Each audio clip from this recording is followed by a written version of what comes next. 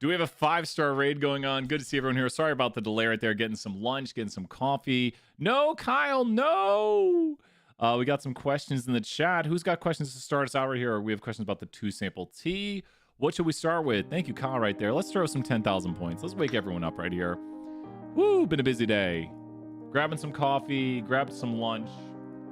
You got to make sure to eat. What do we do if zeros include the error? We're trying to decide if there's a difference between the means. Well, we're not testing. Maybe let's go over the 2-sample T right here, Wes.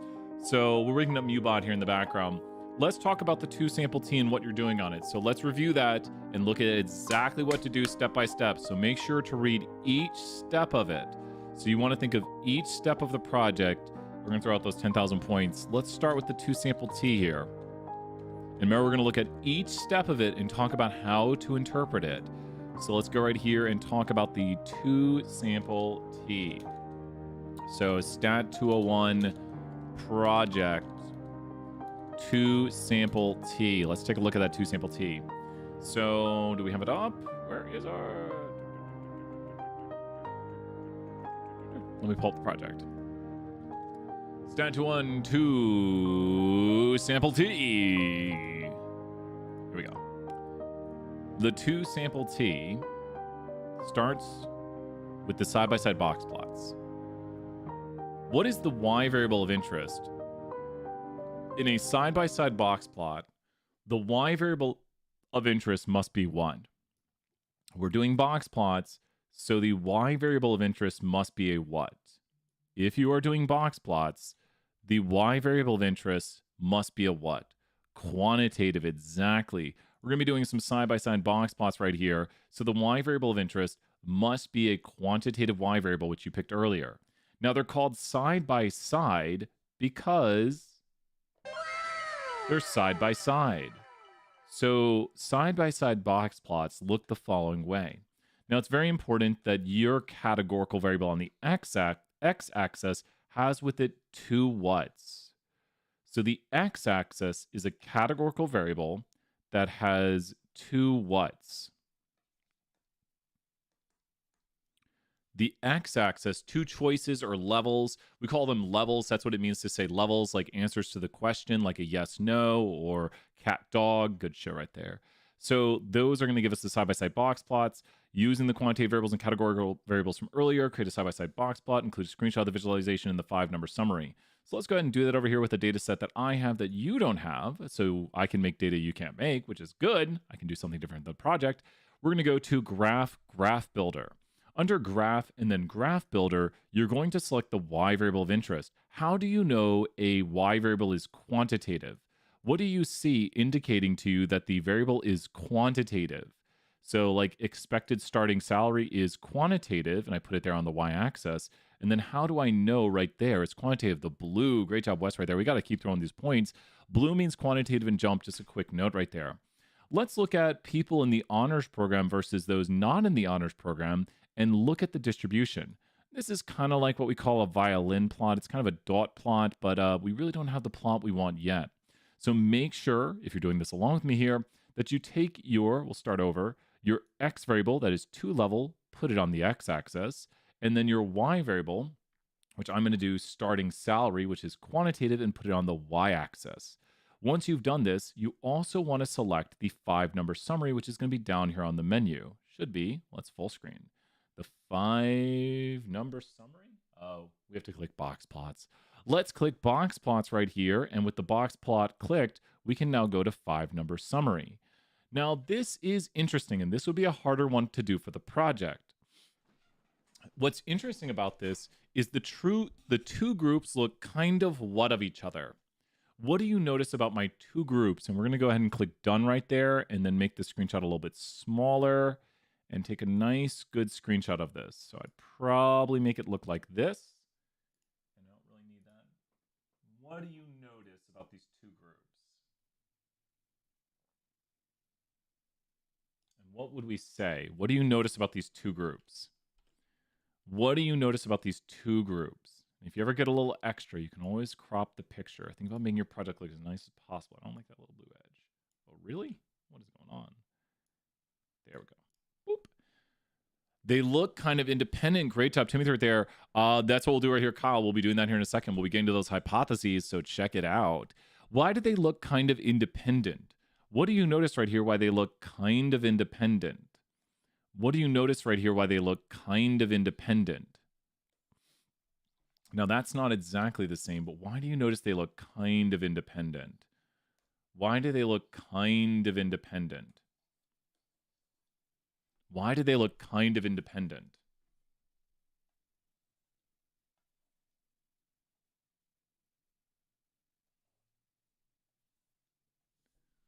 They're very similar. And watch out, this is not the minimum value down here. There are outliers in the low box plot, but still the lower fence. There's just no outliers in this box plot. So, and I would communicate this. Don't, and so good job right there. Say what you said, but don't just say they look kind of similar. Be like, the median for the yes group of those in the honors program is 60,000, and the median for the no group is also 60,000, where the 25th percentile for this is 50,000, and the 25th percentile is also 50,000, leading me to believe that they are independent, like somebody's starting salary is not related to whether or not they are in the honors program. Now, this is harder to do right here because your alternative will be based on which of these is greater. So if the yes had a higher median, then we would say that we think the yes group has a higher average. So we would write here mu yes minus, or mu yes greater than mu no. If the yes was higher, if my median has a difference of 5, what are you analyzing, Allison? Sorry, Allison. What is your y variable? If that's like cars, that's a big difference. If that's dollars in your bank account, that's a small difference. What is the context of the y variable of interest? Like in this instance, 5 would be very small. If it's GPA points, that's huge. That's a ridiculous difference. What is the context of your difference in the y? All data needs context. Age group. 5 is a kind of 5 years of your life is a lot of time, right? Maybe communicate that, right? So think about that. If we look at different things by age group, well, then we would say something like, there's a kind of the age difference right here is 5. And so whichever group has the larger one, you're going to say that you're going to test to see if that mean is higher. Does that make sense there, Kyle and Allison? When you look at this right here, what would be the null hypothesis about the starting salary between these groups? What would be the null hypothesis in words? In words, we would believe that the average starting salary, the true average starting salary of someone in the honors program is what to someone not in the honors program? What would be the null hypothesis in words? The average starting salary of someone in the honors program is what to the average starting salary of someone not in the honors program? Like what they believe they'll get. Someone's expected starting salary who's in the honors program versus someone's expected starting salary who's not in the honors program is what?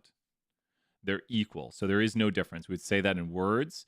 Now we have to decide the sidedness of the test. Now, since everything is basically equal, I would probably say I am choosing to see if the yes group is higher because I see some values that are higher. Does that make sense? If you look at what's going on right here, Q3 is slightly higher. That's what you see right here. And Q1, which that's not Q1. That's the lower fence. The min. The min is higher. There's the min. That's what I was looking for. So because the yes group is a little higher for my piercings, I'm using 3 and 0. So, do you think, does that make sense, Kyle, right there? Do you think there's evidence that piercings depends on someone's gender? Like the amount of piercings someone has would, and it doesn't mean you know how many piercings they have, but does that make sense to say that, to be like, I think there's evidence that piercings might be dependent on gender. Like how many piercings you have kind of depends on what gender you are. Would you say that kind of makes sense to be like, what up, Blake? So I am going to go with the looking for evidence because I see some values that are higher. I'd probably go off the medians if I could, but the medians are the same. But it looks to me like I'm going to look for evidence that the yes group has a higher, so students in the honors program believe that they will have a higher starting salary than those not in the honors program. Does that make sense how I'm deciding this alternative? Based on the data, I think that these both are probably pretty independent because a lot of the numbers here are similar. Quote the numbers. Quote the numbers. The medians are the same at 60,000. The Q1s are the same at 50,000. The Q3s are kind of similar. So we pick one off the data sets and use our variables. You will use the same variables throughout the projects. For this, you say medians. But when we do the test is on the means. The test is on the true means. So the box plots show the medians, and then we're going to test with the two-sample t-test the means. How's everyone doing on this? So hopefully people are doing some final adjustments to their project right here, making sure they have the exact wordings. The box plots show us the medians, which my medians have no difference, where the two-sample t-test is testing the difference between two means. Great. So let's run that. I think we've done everything. I'm going to check the project. Provide a short write-up explaining the nature of the relationship, which we did, talking about the medians, the Q1s, the mins, the maxes, cite the values, such as whether they're independent or not independent. And I think mine are mostly independent because the numbers are pretty similar. Cite the values. Make sure to use numeric information. Exactly. Now we want to do the two-sample t-test right here to analyze the difference between the means using an alpha level of your choice. So we probably want to state our alpha level too. I would probably say something like, I have chosen an alpha level of blank to run my test. To do the two-sample t-test, you need to go here to Analyze, under Analyze, fit y by x. Analyze, fit y by x. Now you want to put in your x variable of interest right here, which is honors program. That was the one we just used. And then starting salary. If you can't find your variable, you can always use the search, which is kind of new from Jump 14 and beyond. I'm not even used to it being there, but I forget that it's there. So we've expected starting salary right there, and we have in the X variable, the honors program. Now, when you analyze this, you want to make sure to click the red arrow and click t-test. T-test will give us the two-sample t-test. It does say t-test, but it is a two-sample t-test because there's two groups. Ah, interesting.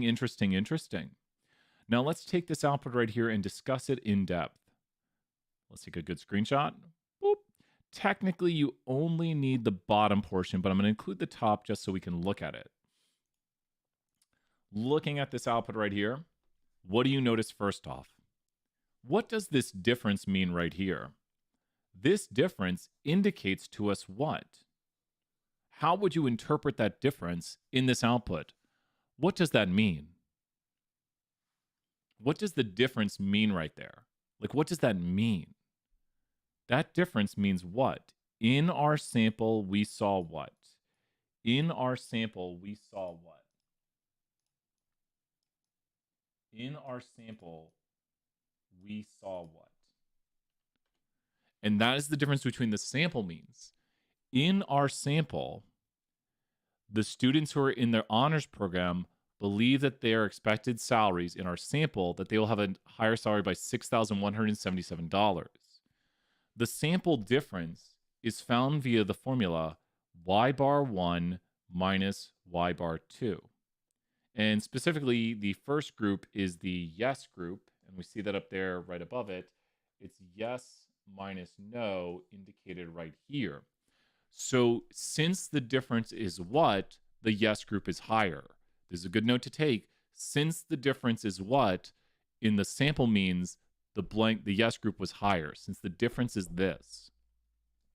Since the difference is this, the yes group was higher in our sample. Since it's positive. No, that just means what? And so Allison, good stuff right there. That just means what? So if the difference is negative, that means your what group was higher. Yours might not be a no group, but if the difference is negative, that means the no group was higher. Does that make sense? So if the difference is negative, that just means in your sample, the second group had a higher mean. Ah, good work. What would we put for our null hypothesis and alternative hypothesis in this situation? So the null hypothesis is that the true mean of the expected starting salary of students who are in the honors program is equal to the true mean of students not in the honors program. Said in words, the null hypothesis states that the true mean expected starting salary of students in the honors program is the same as the true mean expected starting salary of students not in the honors program. The alternative hypothesis we are looking for evidence for based on our box plots is going to be that the yes group is higher than the no group. And it's very important to write it this way because it's easy to find your alternative now. you're only going to use one of these p-values. Which p-value will you use? The first, the second, or the third? And take a look at the sign. You can literally take that sign right here and plug it into the following right up here. The first, the second, or the third? The second. If it was the other way, correct. If it was a negative difference, then that would be evidence, that would be from our sample we saw that the no group had a higher mean in the sample observed difference. So the sign of the alternative tells you which what to use. Take a note right here. The sign of the alternative tells you which what to use. The sign of the alternative tells you which what to use. The sign of the alternative tells you which what to use. Which p-value. If you have the does not equals, you will use the first one. If you have the greater than, you will use the second one. If you have the less than, you will use this one. Take a look how that is right here, and then you will just select based on this. The only weird one is the top one because it's absolute value, so it shades both sides, which is the does not equals. But all the other ones pretty much follow the exact same structure, so it's pretty easy to follow if you say, okay, wait, I look at the sign of my alternative, greater than, less than, and the not equals is the top one, and you can literally plug in up here at the top a greater than right here for mu of yes greater than mu then no, and you can just plug that in right there to see how it works. Now, I want to point out something important right here, especially for the test. Definitely been on the test. Can anyone mathematically in their head divide 6,000? So do it in your head, though. Don't use a calculator. What is that right there? Who can solve it? I bet it's 1.98. Maybe 0.00008. If you solve that right there, what do you notice? Less than 2 barely, right?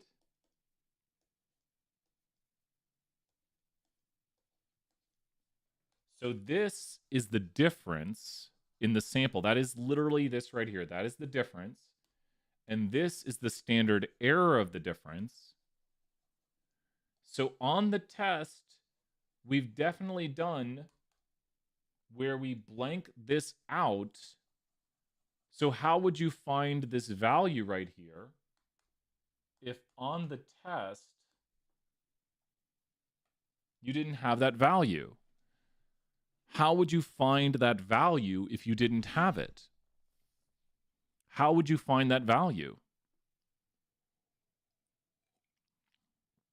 How would you find, Adam knows, good to hear Adam. How would you find that value?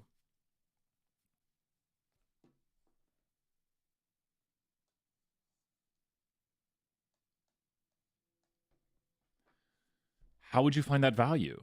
Just divide the two numbers because it's the difference divided by the standard error is just going to be the t ratio right there. So that is the value right there. Just divide them and there's the answer. So you just divide those two values and that's the answer. You know what's really interesting? I love the way this test turned out because look at the t ratio. The t ratio is 1.98. So if we were to draw our curve down here, we would go up here to 1.98 and using the normal curve, about how much area is above 1.98 using the normal curve, about how much area is above 1.98 using the normal curve, which is very similar to the t, about how much area is above 1.98. Close, Kyle, really close answer, because you're probably thinking outside of. I think you're thinking outside of, right? So remember the 68, 95, 99.7? So if 95% is inside, if 95%, we're going to erase that. There we go. If 95% is inside, then how much area would be above it? So that's where 1.98 is on a T with 114.11 degrees of freedom. Then 2.5 right here.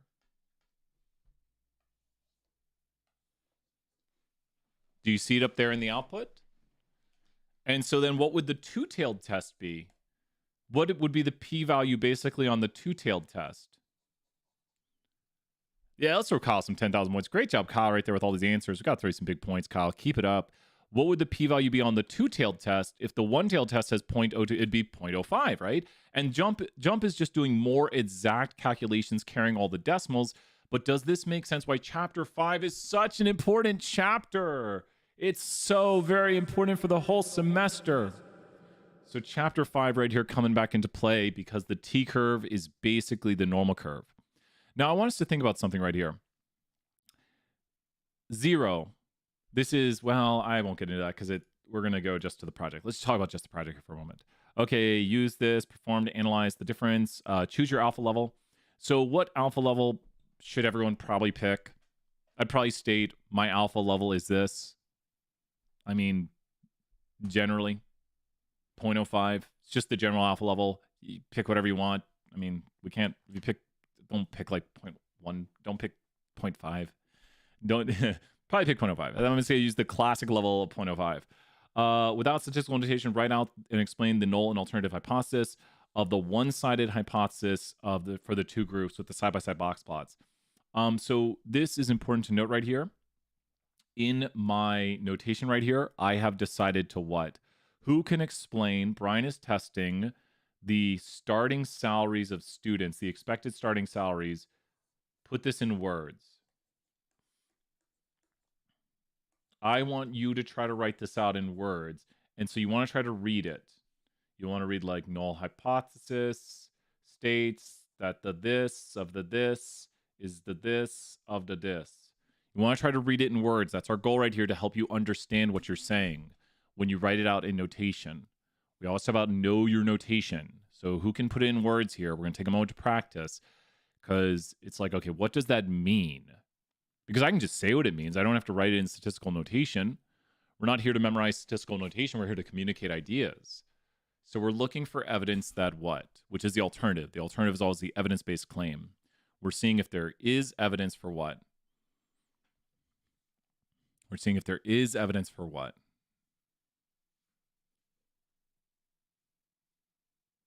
What are we looking? We'll see 10,000 points in the chat. We've gone crazy on points.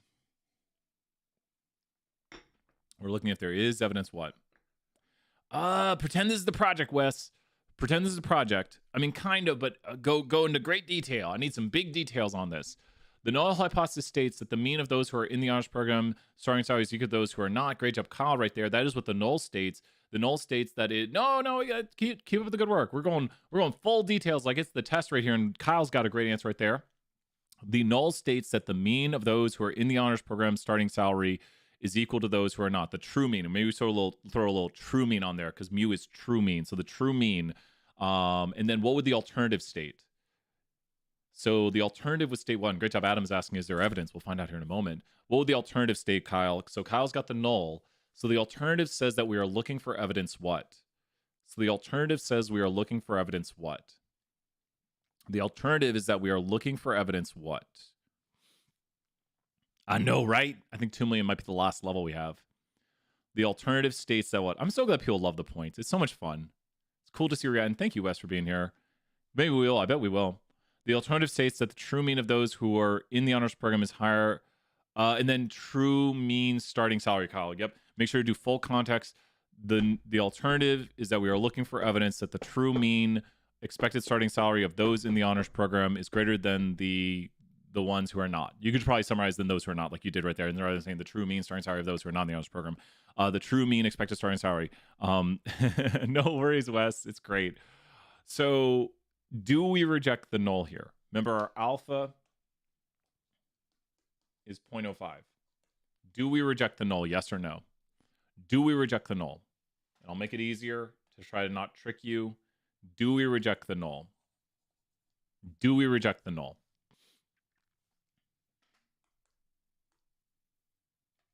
Do we reject the null?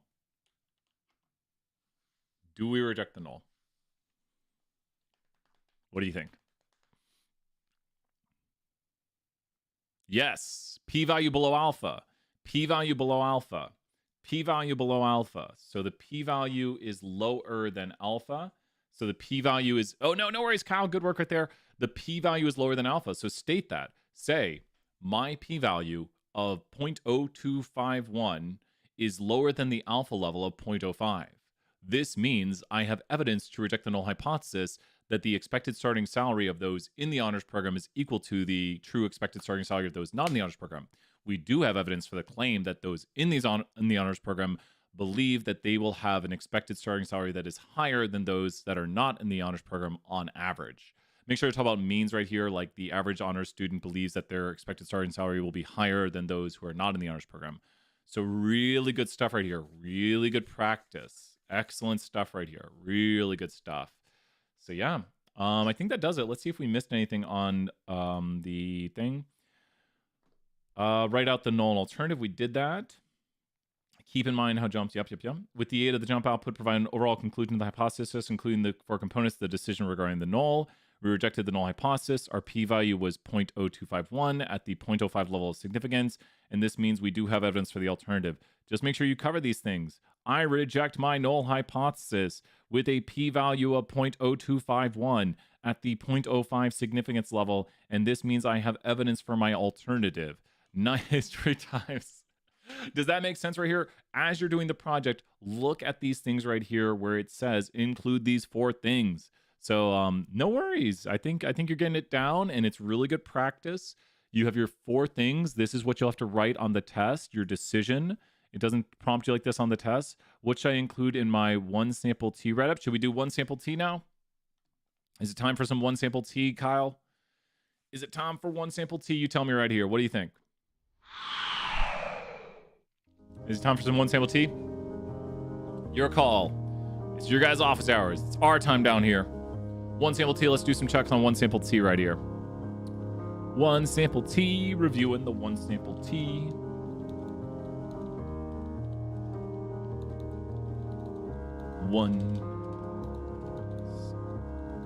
Thank you for everyone who watches office hours now or later. I like the candy. It gets lots of views, and I don't put ads on this, so I don't make any money from this. I just appreciate the views. I appreciate people use these. Let's check it out here. One sample T. Let's do it. Okay.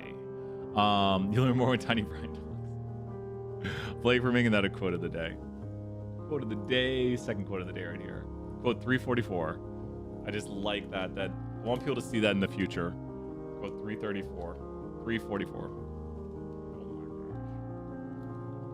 There we go. It's funny. I tell other instructors about this stuff. They're like, your class has quotes. Your class has points. Your class has jokes. And I'm like, yeah. It's got a bunch of stuff. A lot of stuff. It's got bunnies. Okay. Here we are at the one sample T. When we say one sample, what does that mean? What's the idea of one sample? This might be complex here. We just did 2 samples. But what's the idea of one sample? Like, can anyone explain to me why it's called one sample?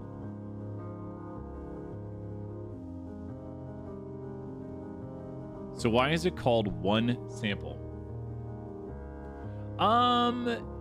Kind of, Kyle, kind of. That does work. Kyle, I got 3 points for that because that's kind of right. So we're going to throw you some 10,000 for kind of right. The idea of one sample is you're analyzing like one group. So you will analyze one variable for one group. So to contrast the 2 sample T versus the 1 sample T, if you're doing a 2 sample T, you'll have like a yes and a no group. Oh gosh. A yes and a no group. And you'll analyze the what between the means. This is the 2 sample T. If you have a 2 sample T right here, you'll analyze the what between the means. Now, these are box plots, but we put a little dot there for the means. So those are different than the medians. The medians are the line. You'll analyze the difference between the means. But in a 1 sample T, are there different groups? This is the 1 sample T. In a 1 sample T, are there multiple groups? So this might just be UT students, just UT students. So we could do it over here. We could say, we might compare test scores of UT versus Florida. Sorry, Florida. So in the 1 sample T, exactly, and then we can look at the center, the spread, all that good stuff right there. So does that make sense to contrast the difference that both of these have a quantitative Y variable of interest, and that's where we're knowing that it's a T for the quantitative Y, Mr. T right here. So the 1 sample T and the 2 sample T are called T's because they're what? they are what right here? The 1 sample t and the 2 sample t are called what? They're quantitative. The y variable of interest is quantitative. The y variable of interest is quantitative. So this right here, the 1 sample and the 2 sample, the differences right there are noticed. So with this, let's take a look. Pick a quantitative variable that you want to analyze. Create a histogram, making sure it has a count axis and it is in a horizontal layout. Include a screenshot of the visualization, including the summary statistics and quantiles section. Provide a short write-up, explain the shape, appropriate center, and spread of the distribution. When interpreting values like mean, standard deviation, median, IQR, make sure to interpret values properly. So let's take a look right here. Okay. So to start off, let's go to our data. And we are going to start by looking at a quantitative variable of interest right here, which is going to be something like age. So when we analyze age, we first put it in right here. And let me show that again right here. Let's go to Analyze Distribution. And under Analyze Distribution, we're going to double click age. With age double clicked, let's click OK. If my median is 2, can I say that the data is, well, so what does the median mean? So this is a little bit skewed right here. Maybe I'm going to say this has some right skew to it. It does, right? Because it actually has left. It's a bit of an odd distribution. Oh, no, it does have right skew because the mean's higher than the median. So you can actually check skewness if you want by clicking here and going to Customize Summary Statistics. You don't have to do this, but the skewness, if it's positive, is right skew. So this does have positive right skew. Positive numbers indicate right skew, and 0 indicates no skew. A symmetric distribution where left is going to be negative numbers. So very important right here to see that this is right skew. We can see Mr. Monster Man with his tail going to the right. And we also have other ways to confirm with the data that this does have some amount of right skew in it. Here's Monster Man right here. There he is, and there's his right tail. So with this right here, how would we interpret the median? So because of the skew, we're going to go here and interpret the median and the IQR. How would we interpret the median? What would we say about this? Because it is right skewed, it's unimodal, right skewed with some high outliers. How would we interpret the median? How would we interpret the median? How would we interpret the median? How would we interpret that? Now, you don't want to just say the median is this. You don't want to just say the mean is this if you're doing the mean. But because it's right skew, I'm going to use the median. So how would you interpret the median? Does anyone have any ideas? We don't want to say the median is this or the IQR is this. We want to interpret it. How do we interpret that? So try to interpret the median right here. Well, so that's saying what the median is, but what is the median? The median is the what of the data. The median is the what of the data. What does the median represent? The median is the what of the data.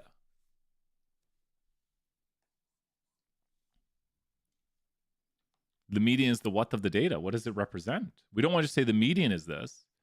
Well, it's one measure of center for skewed data. So the median, which is a measure of center for skewed data, shows us where the what percentile is of the age of students. Well, the median won't be the middle 50%. It'll be the 50th percentile, where the IQR is the range of the middle 50%. So the range of the middle 50% is 1, and that's the IQR is equal to 1 right there. And so the IQR is equal to 1. The median is equal to 19. So the 50th percentile, the IQR is the range of the middle 50%. So remember, it goes from Q1 right here to Q3. And so the IQR is the range of the middle 50%. So that is going to be the range of the middle 50% right there, which goes from Q1 to Q3. So that is the range of the middle 50%. And let's see.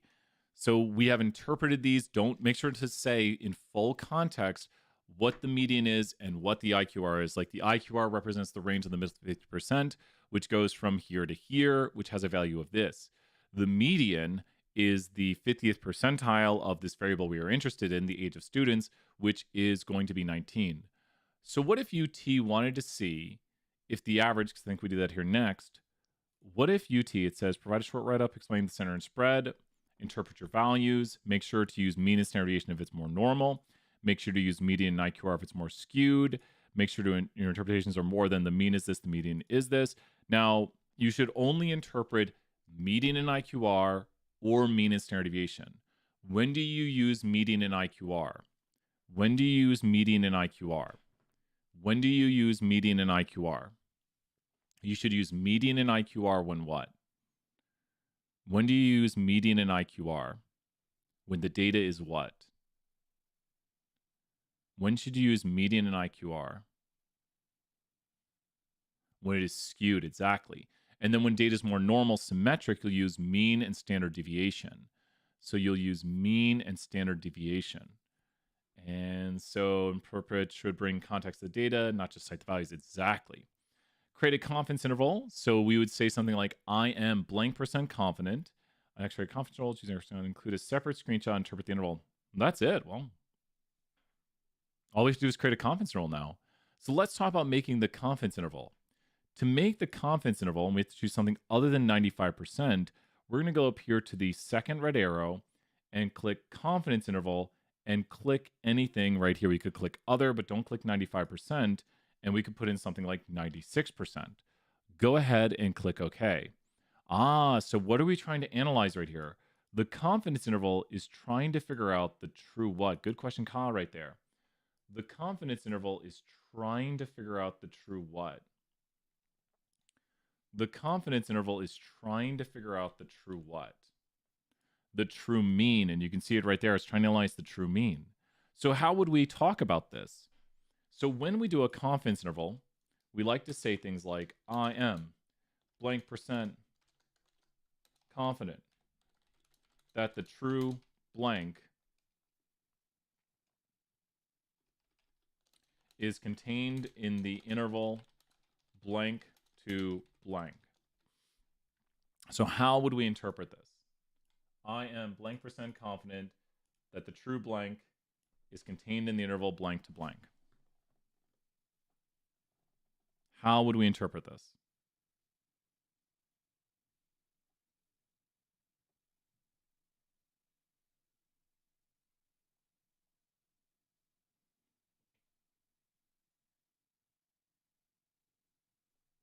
Give it a shot. Who's got this right here?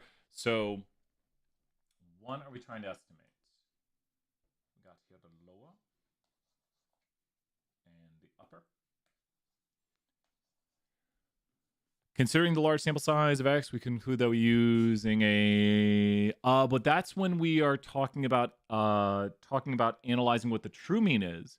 But if we were to talk about the centrality of the data, we could still talk about the median. So the central tendency is based on the data being skewed. We would still use median if the data is skewed, but we could analyze the mean because the distribution of the mean is going to be more normal. Good questions there, Wes. So make sure to still say, because the data is skewed, I'm going to analyze if it is skewed. We are going to talk about the center of this distribution, but when we try to estimate what the true mean is, due to the central limit theorem, which I think Wes is getting at, the central limit theorem says we can talk about the true mean and try to estimate it right there.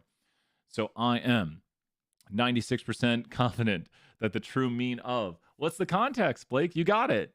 The true mean age of students at UT is contained in the interval 19.5 to 19.65 right there. I'd probably carry a few extra decimals right there. So you know what's interesting? What would happen if I were to test? What would happen if I were to test? Did I close out of this? If I were to go here and test the age of students. So let's go here to the following. And if I were to test something like 19.66, what do you think would happen? I can tell you that the p-value is going to be below 0.05. Yeah, I'll take a look at it here next. How did I know the p-value? How did I know the p-value would be below 0.05 for this? How did I know the p-value would be below 0.05 for this tested value? How did I know that? How did I know this p-value right here would be below 0.05 for that value? How did I know that? Below 0.05 means I can reject it. So how did I know that? How was I able to conclude that without even running the test? Really good key concept right here. How did I conclude that?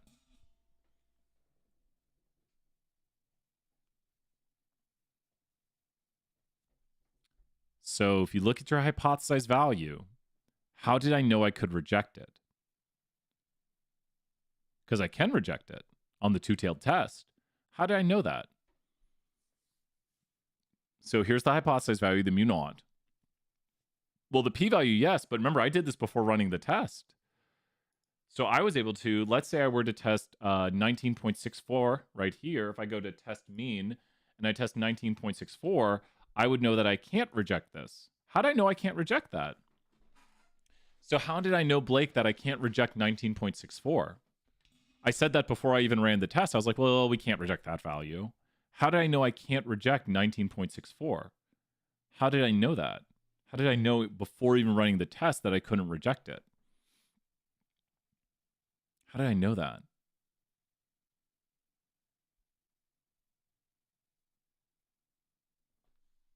What indicated to me that I was like, oh, I can't reject that?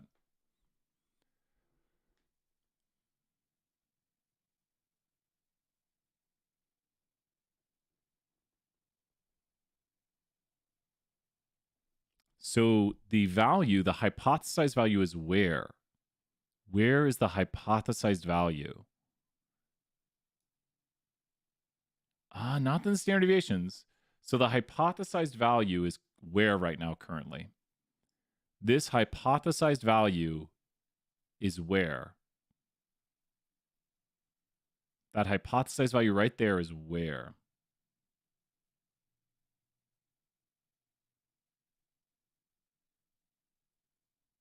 It is inside. It's in the interval. And if it's in the interval, you can't reject it, which is actually going to relate to the next problem right here. This was just an addendum to this problem right here, where we can use the confidence interval to say, make sure you don't do a 95, but I am 95% confident the true mean age of students is contained in the interval 19.508 to 19.655. And we would not be able to reject 19.64 because it's contained in the interval. So anything in the interval is a value we could not reject right there. Anything in the interval is a value we could not reject. So let's take a look right here and do a separate problem. Okay, let's do that one sample Z and check people's work on that. So the one sample Z right here. Did we include the... We did side by side. Make sure in your graphic to do a count access. And I don't think it tells you to put. You could if you want. Count access. And you might just show counts over it. Doesn't hurt. So let's take a look at the one sample Z. Okay, let me take a note on this. One sample Z.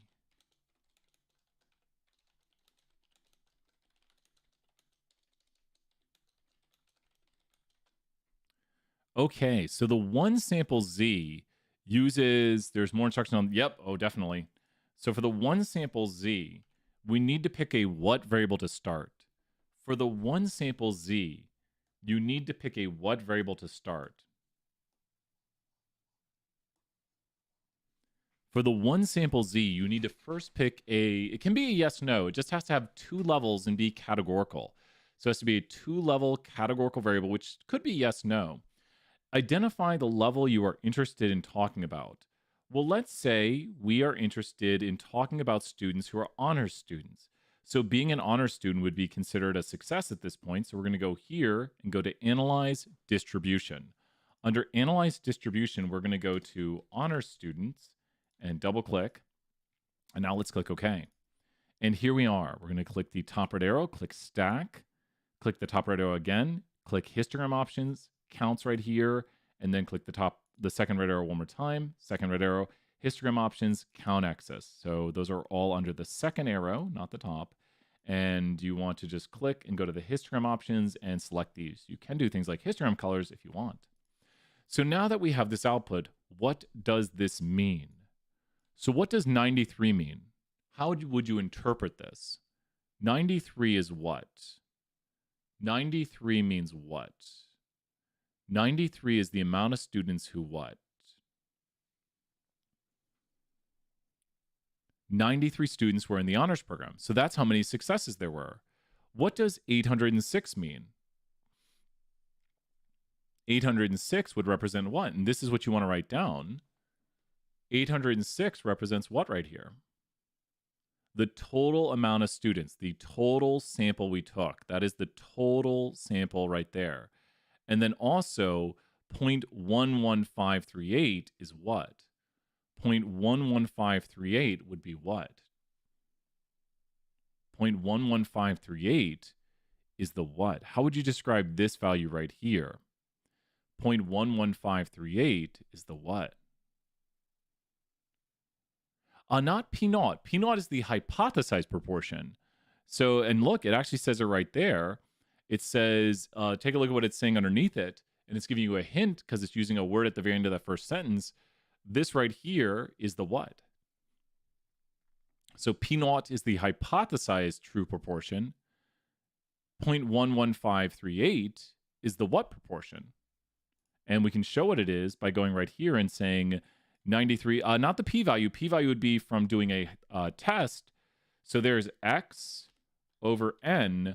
This is the what proportion over here, because x over n is equal to what? P-values are probabilities, so but that's not a p-value probability. That's x over n. X over n is what? The sample proportion. Yep, and you see how it says right here if we hover over it? I think it was saying it earlier. It was saying how it's like the sample proportion. There it is right there from the sample. That is the sample proportion. That's p hat. That is q hat. And that is n minus x, the number of the sample minus the amount of successes. So make sure to explain these values in full context right here to tell the reader what it means. Let's take a look at what the sheet says right here. Create a bar chart and frequency table of your choice. Oops. Make sure your bar chart has in horizontal display, has the bars visible, either the count over each. The frequency tables should have those right there. Mac users, make sure dark mode is disabled. Include a screenshot and visualization and a short write-up. So we just did that right there. Next, we get down to create a confidence interval of your choosing, and then we're going to run some tests with it. So let's take a look at this right here. And let's create a confidence interval.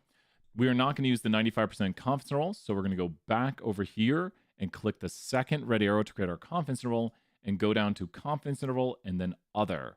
So second red arrow, confidence interval, other, and here we are. Let's put in 92% and click OK. Now we have our interval, and let's take a screenshot of it. Make sure your screenshots are nice and neat. You can always edit them afterwards by going over and removing portions of the screen with the click the image and go here to picture format and crop the image. I would also not have your images too large on the screen, so think about how they are centered and how they are displayed. We don't take off tons of points for that. You just want to make sure you don't do something too crazy. So here we are with our intervals. Remember, we are trying to figure out the true proportion of students in the honors program. So how is this interval interpreted? How is this interval right here interpreted? So remember our interpretations. I am blank percent confident that the true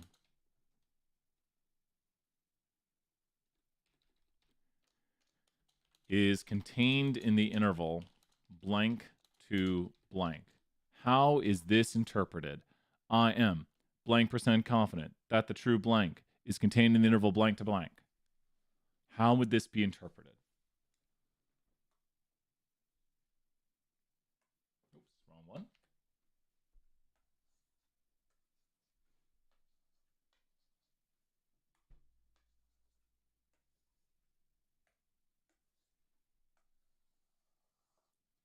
Who has it right here? This is how we need to interpret this.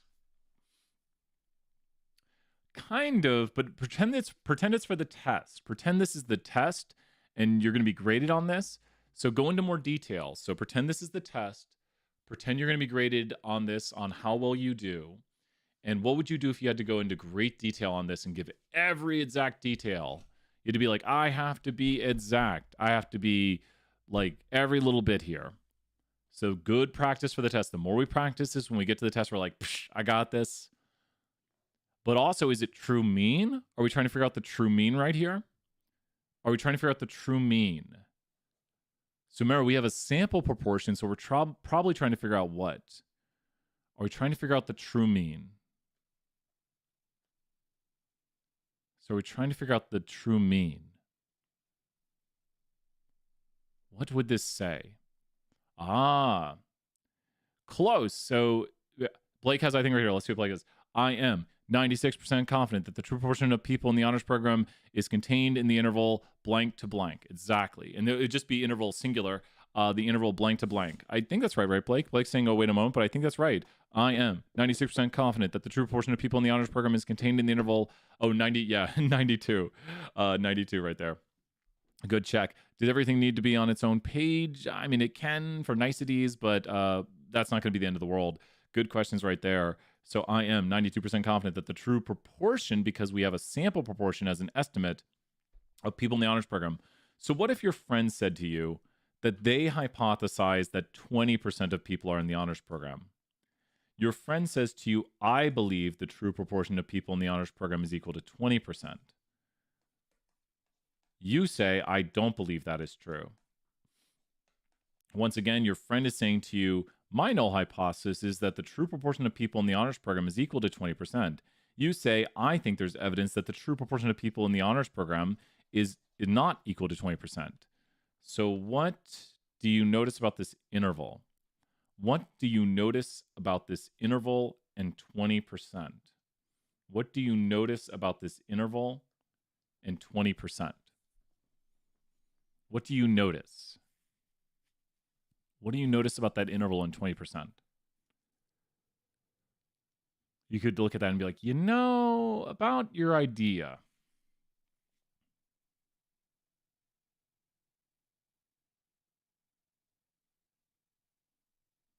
What do you notice about that?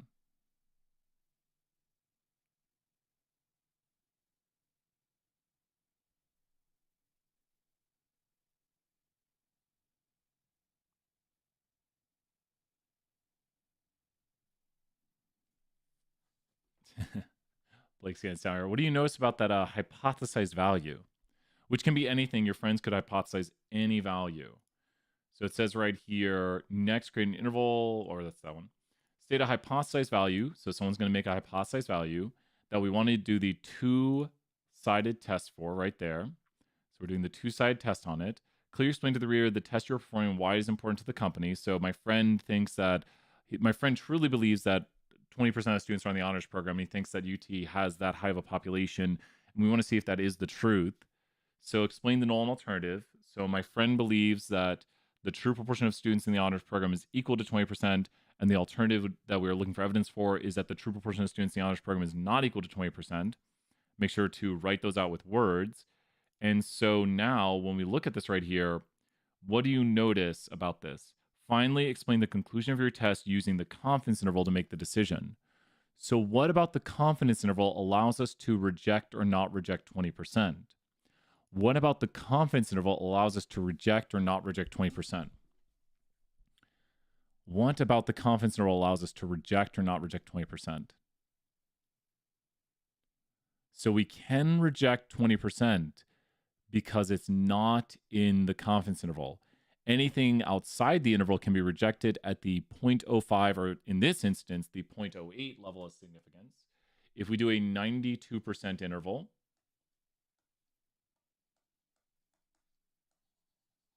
then that's the same on a two-tailed test using an alpha of 0.08. So this is the respective alpha level. And yeah, we've covered most of the project. Make sure, check out my videos I have on the future research. I have to head out. Yeah, we're heading out here in a second too. I think we're ending a little bit early. Got a lot of meetings today and a lot of emails. So if you have questions, let us know. Can I use well, then your respective alpha level would be what? If you use 98, the respective alpha level would be what? If you use 98, your respective alpha level would be what? So with 98% confidence, your respective alpha, did he get there? 0.02. Exactly. You could say my respective alpha level is 0.02 on the two-tailed. They'll just be complements of each other right there. Let's see. Let's get Wes Hill's points. Wes, we'll get you there. You'll be there before the end of the semester. Send it as soon as possible. Send it as soon as possible because I got a lot of emails to look over.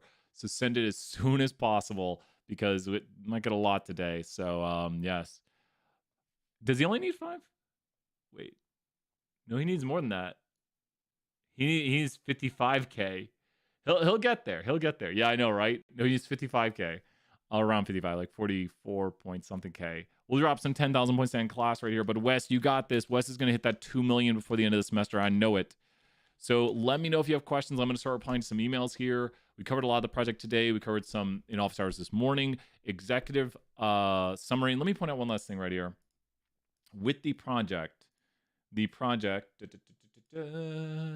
rubric is posted. So the rubric is currently posted. We have 37 submissions. I hope we get a lot more tonight. The rubric is posted. This is how the graders grade it. So if you look through this, you will see how it'll be graded.